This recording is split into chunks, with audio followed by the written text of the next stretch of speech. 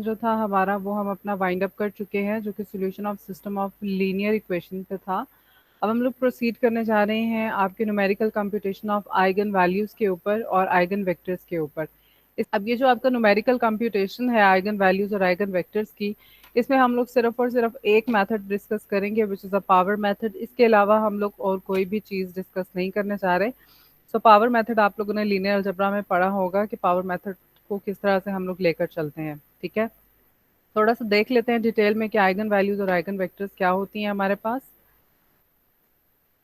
Okay, आप लोगों के पास एक स्क्वायर मैट्रिक्स है ऑर्डर n क्रॉस n का, देन द नंबर रियल और कॉम्प्लेक्स। आपके पास कोई भी एक स्क्वायर मैट्रिक्स है, ठीक है, और वो जो नंबर्स हैं उसमें वो रियल भी हो सकते हैं और कॉम्प्लेक्स भी हो सकते हैं। Then lambda is said to be an eigenvalue of your matrix. अब कोई भी मैट्रिक्स है उसमें आपका अगर 3 क्रॉस 3 का है तो लैम्डा की वैल्यू आपके पास 3 आएंगी। 2 क्रॉस 2 का है तो लैम्डा की वैल्यू आपके पास 2 आएंगी। लैम्डा की आंसर्स जो हैं यानी वैल्यूज जो है वो वेरी करती हैं आपके ऑर्डर ऑफ मैट्रिक्स के ऊपर। जितने ऑर्डर का मैट्रिक्स होगा उतने ही लैम्डा वैल्यूज आपके पास आती हैं, लैम्डा की वैल्यूज आती हैं।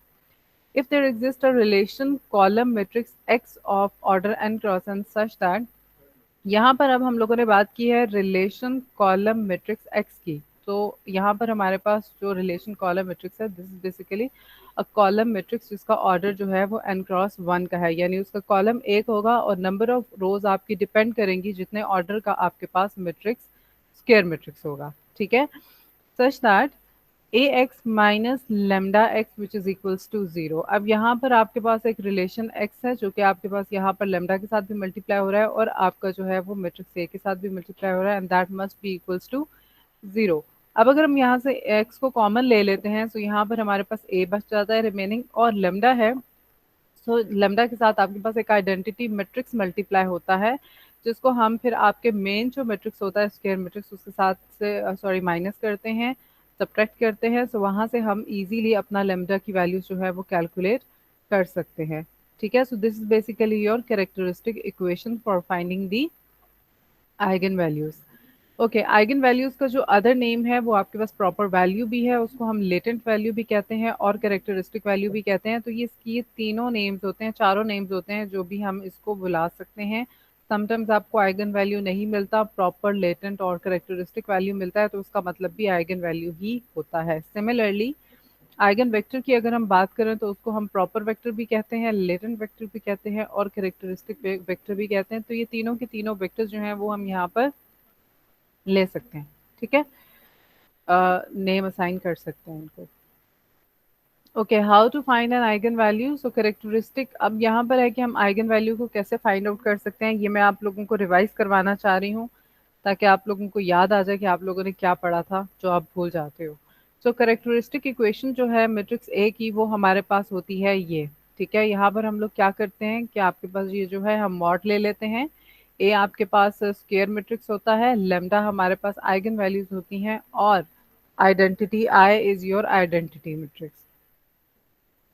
सो अब ये जो सॉल्यूशन है इस कैरेक्टरिस्टिक इक्वेशन का, इसको हम कहते हैं कि ये आपके पास आइगन वैल्यूज आ गई हैं। अब इसको फाइंड आउट करने का तरीका क्या है, फॉर एग्जांपल मैं आप लोगों के सामने एक ए मैट्रिक्स ले रही हूँ और ये मेरे पास एक ए मैट्रिक्स है जो कि 0 1 1 0 है and this is not an identity matrix. ठीक है, आइडेंटिटी मैट्रिक्स में आपका जो डायगनल होता है ये 0 0 वाला डायगनल यहाँ पर 1 होता है। ठीक है, ये अब आइडेंटिटी मैट्रिक्स नहीं है।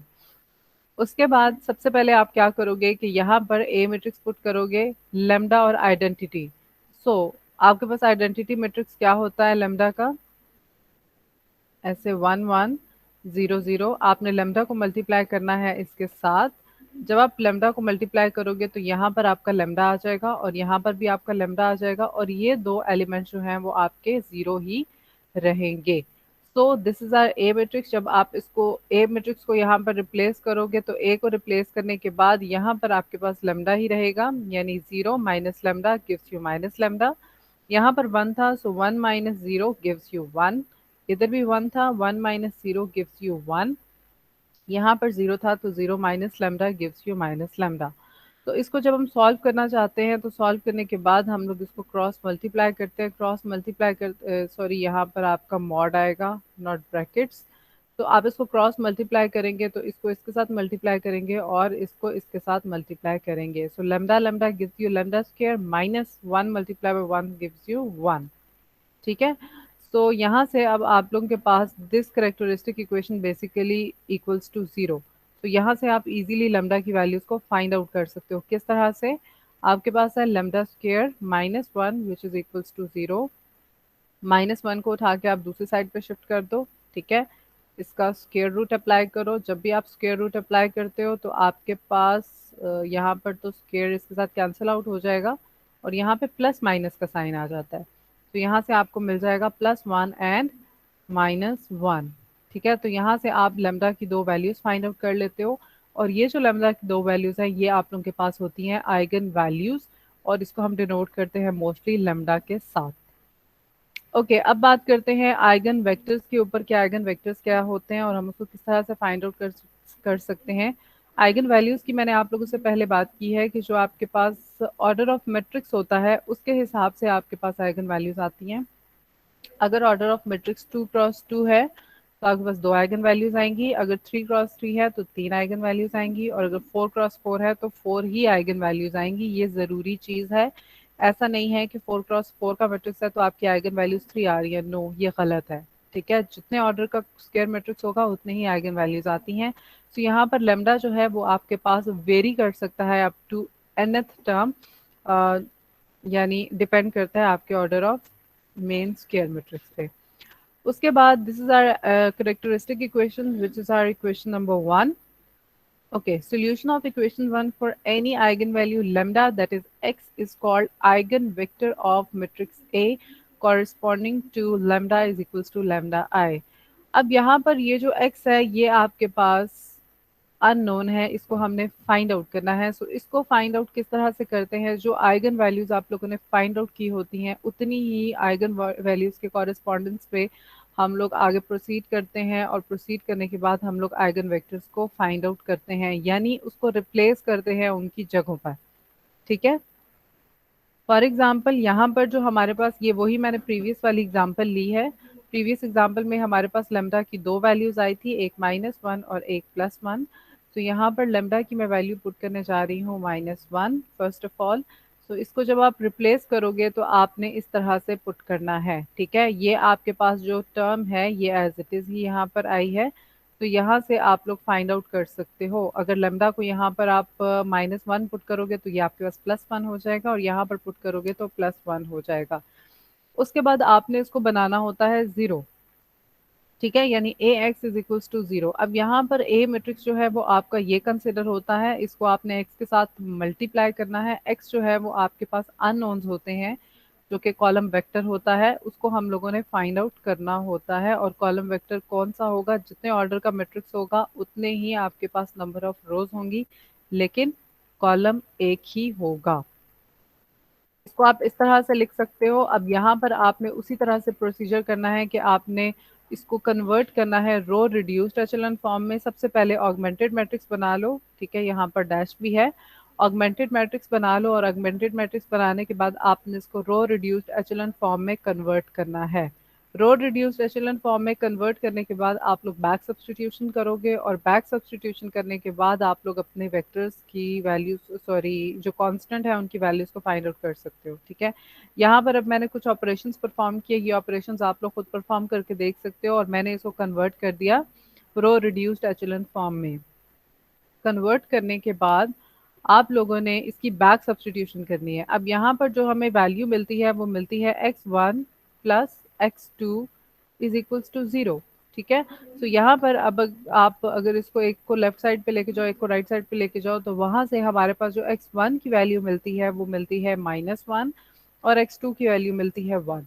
तो यहाँ से बैक सब्स्टिट्यूट करने के बाद आप लोग अपनी जो वेक्टर है उसके अंदर आप लोग वैल्यूज को फाइंड आउट कर सकते हो। x1 जो है वो आपके पास -1 हो जाएगा और x2 जो है वो आपके पास 1 हो जाएगा। ठीक है। अब यहाँ से अब जो हमारे पास लेमडा यानी फर्स्ट आइगन वैल्यू थी -1 उसके कॉरेस्पॉन्डिंग जो आइगन वेक्टर आया है वो ये वाला वेक्टर है। ठीक है। इसी तरह से अगर हम दूसरा लैम्डा की बात करें जो हमने फाइंड आउट किया था 1, उसको भी सिंपली आपने यहाँ पर रिप्लेस करना है। जब आप रिप्लेस करोगे तो इसकी जगह पर -1 आएगा और इसकी जगह पर -1 आएगा, बाकी ये दोनों 1 अपनी अपनी जगह पर ही रहेंगे। उसके बाद आप लोगों ने उसी तरह से Ax इज इक्वल्स टू 0 करना है। एक कॉलम वेक्टर लेंगे हम लोग, 2x2 का मैट्रिक्स था तो दो ही आपके पास रोज होंगी। अगेन आपने इसको ऑगमेंटेड मैट्रिक्स बना लेना है इस तरह से, और इसको ऑगमेंटेड मैट्रिक्स बनाने के बाद आपने कन्वर्ट करना है रो रिड्यूस्ड एशेलन फॉर्म में। ठीक है, जब आप कन्वर्ट करेंगे तो आपके पास इस तरह की फॉर्म बन जाएगी। बैक सब्सटीट्यूशन करनी है आपने, और बैक सब्सटीट्यूशन करने के बाद आपके पास x1 और x2 की वैल्यूज आ जाएंगी जो कि आप लोगों के पास 1 और 1 है। इसी तरह से अगर हम लोग बात करें कि जो आपके पास आइगन वैल्यू थी -1, उसके कॉरेस्पॉन्डेंस में जो आपके पास आइगन वेक्टर आया है वो है -1 एंड 1। एंड सेकंड में जो आइगन वैल्यू थी 1, उसके कॉरेस्पॉन्डेंस में जो आइगन वेक्टर आया है वो आया है 1 एंड 1। तो अब पावर मेथड होता क्या है, पहले ये चीज देखते हैं। Okay, power method is an iterative technique used to determine the dominant eigenvalue of the matrix. Power method में हमारे पास पर्पस क्या है, एक तो iterative टेक्निक है, यानी आप लोगों ने परफॉर्म करनी है iterations, और उन iterations को परफॉर्म करके आप लोगों ने डिटरमिन करनी है डोमिनेंट आइगन वैल्यू। अब डोमिनेंट आइगन वैल्यू क्या होती है, इस चीज को हम लोग थोड़ा सा समझने की कोशिश करते हैं। डोमिनेंट आइगन वैल्यू ये होती है कि जितनी भी आपके पास आइगन वैल्यूज आती हैं उन आइगन वैल्यूज का मॉड ले लें। मॉड लेने के बाद आप लोग देखें कि आपके पास बिगर वैल्यू कौन सी है। जो बिगर वैल्यू होगी वो आपके पास डोमिनेंट आइगन वैल्यू होगी। फॉर एग्जांपल, मैंने यहाँ पर सारी आइगन वैल्यूज का मॉड लिया और मेरे पास जो लेमडा 1 आई थी वो ग्रेटर वैल्यू थी बाकी सारी लेमडा से, तो ये मेरे पास लेमडा 1 की जो आइगन वैल्यू है, लेमडा 1 जो आइगन वैल्यू है वो मेरे पास डोमिनेंट आइगन वैल्यू है। ठीक हो गया। So then lambda 1 is known as dominant eigen value. So power method के थ्रू हम लोग डोमिनेंट आइगन वैल्यू को फाइंड आउट करते हैं। वेदर हम उसमें फाइंड आउट करेंगे कि आइगन वेक्टर कौन सा है वो भी देखेंगे, लेकिन असल पर्पस जो होता है पावर मेथड का वो डोमिनेंट आइगन वैल्यू को ही फाइंड आउट करने का होता है। वर्किंग रूल देख लेते हैं। सबसे पहले आप लोगों ने लेना है इनिशियल गैस। ठीक है, इनिशियल गैस आप लोगों ने कैसे लेना है, या तो आपको इनिशियल गैस दिया जाएगा, अगर आपको नहीं दिया जाता तो फिर आपने यही इनिशियल गैस लेना है। यानी फर्स्ट एलिमेंट जो है वो आपका मस्ट 1 होना चाहिए और बाकी जो है वो सारे के सारे जीरोज होने चाहिए। ठीक है, तो ये आए सबसे पहले जो इनिशियल गैस है ये डिफॉल्ट इनिशियल गैस है, आप सबने यही लेना है अगर आपको इनिशियल गैस नहीं दिया जाता। यानी पहला एलिमेंट 1 होगा और बाकी सारे एलिमेंट जो हैं वो 0 होंगे। यहाँ पे मैंने ट्रांसपोज की फॉर्म में लिखा हुआ है। अगर आप ट्रांसपोज की फॉर्म में नहीं लिखना चाहते, कॉलम वेक्टर की फॉर्म में लिखना चाहते हैं तो वो भी लिख सकते हो। ये सिर्फ और सिर्फ स्पेस को कम करने के लिए जो है वो इस तरह से लिखा जाता है। और ये जो आपके पास इनिशियल गैस होता है वो होता है y ऑफ नॉट।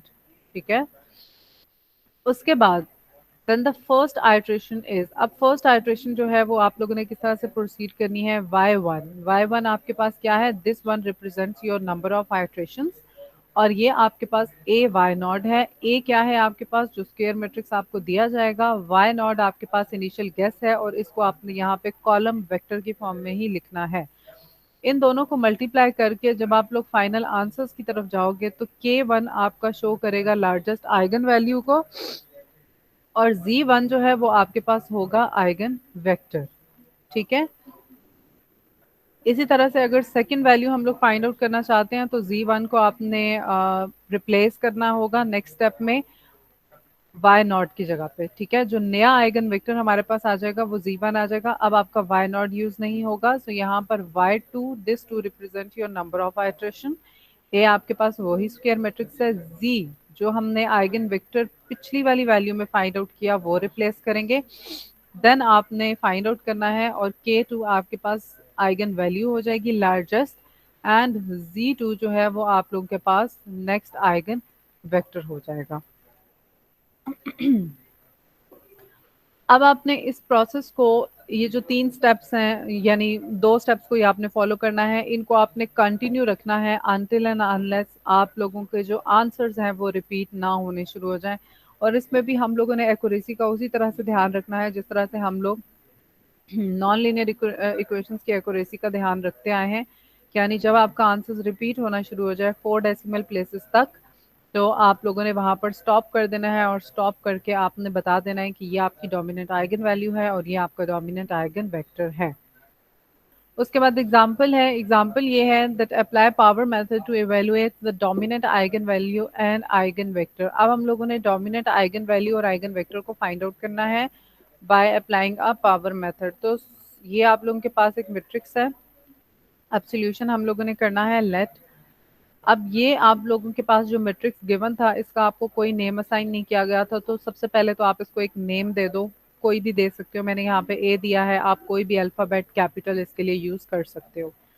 करने के बाद नेक्स्ट आप लोगों ने लेना है इनिशियल गैस। अब मैंने यहाँ पर इनिशियल गैस नहीं लिया हुआ था, तो अब मैं जो इनिशियल गैस लेने चाह रही हूँ वो 3x3 का मैट्रिक्स था, तो मुझे एक कॉलम वेक्टर चाहिए था। तो कॉलम वेक्टर जो मैंने लिया है उसका फर्स्ट एलिमेंट 1 है एंड देन 0 0 है, और उसको मैंने ट्रांसपोज की फॉर्म में लिखा है। अगर कोई इस तरह से भी लिखना चाहता है तो भी ठीक है, ठीक है। तो ये आप लोगों के पास एक इनिशियल वेक्टर है, यानी इनिशियल गैस है जो हम लोगों ने लिया है। उसके बाद हम लोग परफॉर्म करेंगे फर्स्ट आइट्रेशन। फर्स्ट आइट्रेशन में यहाँ पर आपके पास आएगा y1, this is a y naught, this is R A matrix, this is our initial guess. अब आपने इनको आपस में करना है मल्टीप्लाई। अब जब आप इसको 2 को 1 के साथ मल्टीप्लाई करेंगे तो आपके पास 2 आएगा, 2 को 0 एंड देन 1 को 0 के साथ, तो आपके पास यहाँ पर 0 0 आएगा। इसी तरह से इस 1 को आपने 1 के साथ मल्टीप्लाई करना है, यहाँ पर 1 आएगा, देन 3 को 0 के साथ करना है तो 0 आएगा, देन 1 को 0 के साथ करना है तो 0 आएगा। सिमिलरली 1 को 1 के साथ करेंगे तो अगेन 1 आएगा, और बाकी ये दोनों टर्म 0 के साथ मल्टीप्लाई होकर 0 देगी। इसको आप ऐड सब्ट्रैक्ट जो भी यहाँ पर है उस चीज को आप फॉलो करें। फॉलो करने के बाद आपके पास यहाँ पर एक वेक्टर आ जाएगा विच इज 2 1 1। अब यहाँ से ये जो वेक्टर आया है इसमें से आपने डोमिनेंट आइगन वैल्यू को निकालना है। अब डोमिनेंट आइगन वैल्यू आपके पास इसमें से कौन सी है, वो 2 है, यानी बिगर है, तो सबसे जो बड़ी वैल्यू होगी उसको आपने ले लेना है कॉमन। कॉमन लेने के बाद जब हम चीज़ों को कॉमन लेते हैं तो यहाँ से तो आप 2 को कॉमन ले सकते हो, बट यहाँ पर आपके पास 1 1 है, ठीक है। जब आपके पास 1 होता है और इसमें से हम लोग कॉमन लेंगे तो आप सबसे पहले इसके साथ 2 को मल्टीप्लाई भी करते हैं और डिवाइड भी करते हैं, ठीक है। यहाँ से जब आप 2 को कॉमन लोगे तो 2 को कॉमन लेने के बाद आपके पास टर्म बच जाएगी 1/2 एंड 1/2। अब स्टूडेंट्स यहाँ पर अक्सर क्या गलती करते हैं कि 2 तो कॉमन ले लिया, इधर 1 आ गया और ये भी 1 1 ही है, ठीक है। ये चेंज नहीं होता, फिर यहाँ पर 1 1 ही आता है, ठीक है। तो पूरा क्वेश्चन आपका गलत हो जाएगा। तो अब आप इसको पॉइंट्स में कन्वर्ट करना चाहते हो तो कर सकते हो, नहीं करना चाहते 1/2 की फॉर्म में ही रहने देना चाहते हो तो रह सकता है, इससे कोई फर्क नहीं पड़ता। क्योंकि हम न्यूमेरिकल कंप्यूटेशन की बात कर रहे हैं, तो अगर आप डेसिमल में इसको कन्वर्ट करते हो तो इट्स फाइन, कर सकते हो। उसके बाद ये जो अब 2 है ये आपके पास आइगन वैल्यू है which is dominant eigen value, और ये जो आपके पास है ये डोमिनेंट आइगन वेक्टर है, ठीक है। तो यहाँ पर जो k1 है डिनोट्स योर 2 एंड z1, ये आप लोगों के पास एक वेक्टर आ गया। उसके बाद सेकेंड आइट्रेशन है। सेकेंड आइट्रेशन में हम लोगों ने यहाँ पर y2 लिया है which is equals to a z1। अब ये z1 क्या है, ये जो हमने previous eigen vector find out किया था हमने उसको रिप्लेस किया है, and this is our a matrix. A matrix को फाइंड आउट करने के बाद आपने इसको मल्टीप्लाई करना है, बिल्कुल ऐसे ही जैसे हमने इसको मल्टीप्लाई किया है। मल्टीप्लाई करने के बाद आप लोग इसको ऐड करोगे, सारी वैल्यूज को ऐड करने के बाद आप लोगों के पास ये आंसर आ जाएगा, ठीक है। अब ये आंसर लाने के बाद आपने इसमें से डोमिनेंट आइगन वैल्यू को अगेन जो है वो क्या करना है, कॉमन लेना है। तो आप कॉमन लेंगे तो आपके पास आ जाएगा 3.5, क्योंकि ये बिगर थी, और बाकी के नीचे जब आप डिवाइड करोगे तो आपके पास आंसर आ जाएगा 0.86 एंड 86। अब आइगन वैल्यू क्या है, ये है डोमिनेंट, और आपके पास आइगन वेक्टर क्या है, ये है, ठीक है। उसके बाद आप लोगों ने जाना है थर्ड आइट्रेशन पे। थर्ड आइट्रेशन पे अगेन वही प्रोसीजर आप फॉलो करोगे। यहाँ पर आपके पास जो Z2 वाला है वो आ जाएगा, और एक ही जगह पे आप लोगों ने A मैट्रिक्स अपना रिप्लेस करना है। अगेन आप इसको मल्टीप्लाई करेंगे, सिंप्लीफाई करेंगे, आपके पास ये वैल्यू आ जाएगी, ये वेक्टर आ जाएगा। अब यहाँ से डोमिनेंट डेफिनेटली 4.58 बिगर वैल्यू है, उसको हम कॉमन लेंगे, सिंप्लीफाई करेंगे तो आपके पास आंसर ये आ जाएगा। अब यहाँ पर जो नेक्स्ट आपके पास डोमिनेंट आइगन वैल्यू आई है वो ये है, और आइगन वेक्टर जो है वो आपके पास ये है। उसके बाद आप परफॉर्म करेंगे अपनी फोर्थ आइट्रेशन। फोर्थ आइट्रेशन में अब हमारे पास यहाँ पर अगेन उसी तरह से फोर्थ आइट्रेशन है, ए मैट्रिक्स है आप लोगों के पास ये, और Z3 है, ये वाला आपके पास वेक्टर है। मल्टीप्लाई करेंगे, सिंप्लीफाई करेंगे, ऐड या सब्ट्रैक्ट जो भी ऑपरेशन परफॉर्म हो रहे हैं वो आप करेंगे तो आपके पास ऐसे आंसर आ जाएगा। अगेन डोमिनेंट कौन सा है, 4.91, बाहर कॉमन लेंगे और आपके पास इस तरह की फॉर्म में आंसर आ जाएगा। ठीक है, तो यहाँ पर अब आप लोगों के पास डोमिनेंट आइगन वैल्यू ये है और आइगन वेक्टर ये है। अब again iteration number 5, iteration number 5 में आप लोगों ने उसी तरह से प्रोसीजर अप्लाई करना है। और यहाँ पर अच्छा, अब यहाँ पर एक चीज देखने वाली है, जब आपकी आइगन वैल्यूज रिपीट होना शुरू हो जाएं तो आप लोगों ने मेथड को कर देना है स्टॉप। ठीक है, सो अब यहाँ पर पिछली थी हमारे पास 4.91, तो यहाँ पर हमारे पास आ गई है 4.97। ठीक हो गया। सो यहाँ पर अब हमारे पास ये 0.99 है, मैंने इसको राउंड ऑफ करके 1 1 कर दिया है। अगर आप करना चाहते हो तो ठीक है, अदरवाइज आप इसको एज इट इज भी लेकर चल सकते हो। अब जो हमारे पास डोमिनेंट आइगन वैल्यू है वो ये है और वेक्टर ये है। अगेन हम लोग आगे प्रोसीड करेंगे। अगेन जब हम यहाँ पर प्रोसीड करेंगे, इसको सिंप्लीफाई करेंगे तो आपके पास अब यहाँ पर हमने इसको 1 डेसिम यानी 1 सिग्निफिकेंट डिजिट तक राउंड ऑफ किया है। सो यहाँ पर आपके पास 4.95 है, इसको भी अगर आप 1 तक राउंड ऑफ करोगे तो आपके पास 5 आएगा। इसी तरह से राउंड ऑफ करने के बाद आपने इसको सिंप्लीफाई करना है। सिंप्लीफाई करने के बाद जब आप इसको करेंगे तो आपके पास आंसर ये आ जाएगा। अब यहाँ पर आप देख सकते हो कि आपके पास K5 और K6 आपस में सेम आंसर दे रहे हैं, वेदर कि मैंने इसको राउंड ऑफ किया है 1 सिग्निफिकेंट डिजिट तक, और Z5 और Z6 वेक्टर्स भी रिपीट हो रहे हैं, तो आप अपनी आइट्रेशन को यहाँ पर कर दोगे स्टॉप। स्टॉप करने के बाद आप लोगों ने यहाँ पर मेंशन कर देना है कि जो आपके पास डोमिनेंट आइगन वैल्यू है वो 5 है। क्योंकि कैसे 5 है, जितनी भी आइगन वैल्यूज आपने आइट्रेशन के थ्रू कैलकुलेट की हैं उन सारों का मॉड लेंगे। मॉड लेने के बाद जो बिगर आइगन वैल्यू होगी वो आपके पास डोमिनेंट आइगन वैल्यू होगी, और जो उसके कॉरेस्पॉन्डेंस में आप लोग आइगन वेक्टर फाइंड आउट करोगे वो आपके पास डोमिनेंट आइगन वेक्टर होगा।